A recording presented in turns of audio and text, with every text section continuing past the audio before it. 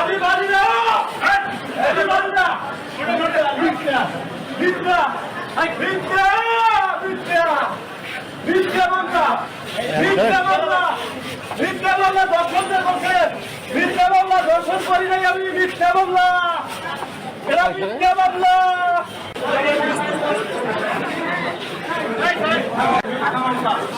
আমরা যা করলাম মিথ্যা মামলা, মিথ্যা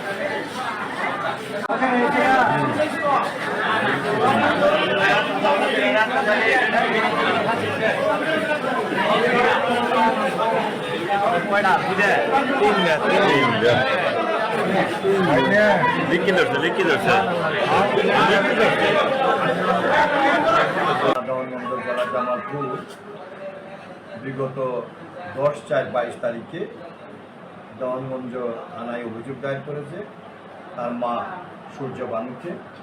এই আসামি দুইজন অর্থাৎ আসফর আলী এবং জাহিদুল ইসলাম ঘরের ভিতরে প্রবেশ করে জোরপূর্বক দর্শন।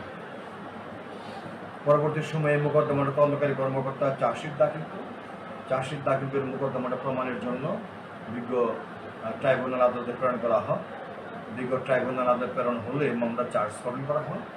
চার্জের পরে আমরা রাষ্ট্রপক্ষ PW1 থেকে PW6 পর্যন্ত 6 জন সাক্ষী বিজ্ঞ আদালতে আমরা উপস্থাপন করি এবং আসামি পক্ষ 6 জন সাক্ষীকে জেরা করি। তো আমরা মোকদ্দমাটা গতকালকে আর্গুমেন্টের ডেট ছিল।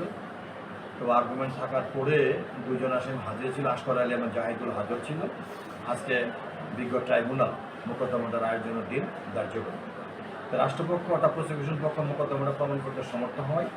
বিজ্ঞ আদালত আজকে 10/8/2026 তারিখে আসামি আসফর আলী এবং জাহিদুল ইসলামকে দোষী সাব্যস্ত করে নারী ও শিশু নির্যাতন দমন আইনের 9-3 ধারা মোতাবেক সর্বোচ্চ মৃত্যুদণ্ডের আদেশ প্রদান করে এবং প্রত্যেক আসামিকে 1 লক্ষ টাকা জরিমানার আদেশ প্রদান করা হয়।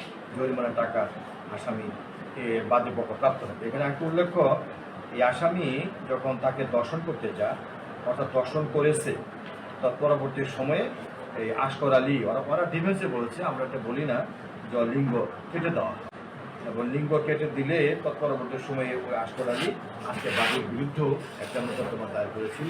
ওই মোকদ্দমা বর্তমানে চলমান আছে। আজকে এই পর্যন্তই ছিল মোকদ্দমাটার অবস্থান। ধন্যবাদ।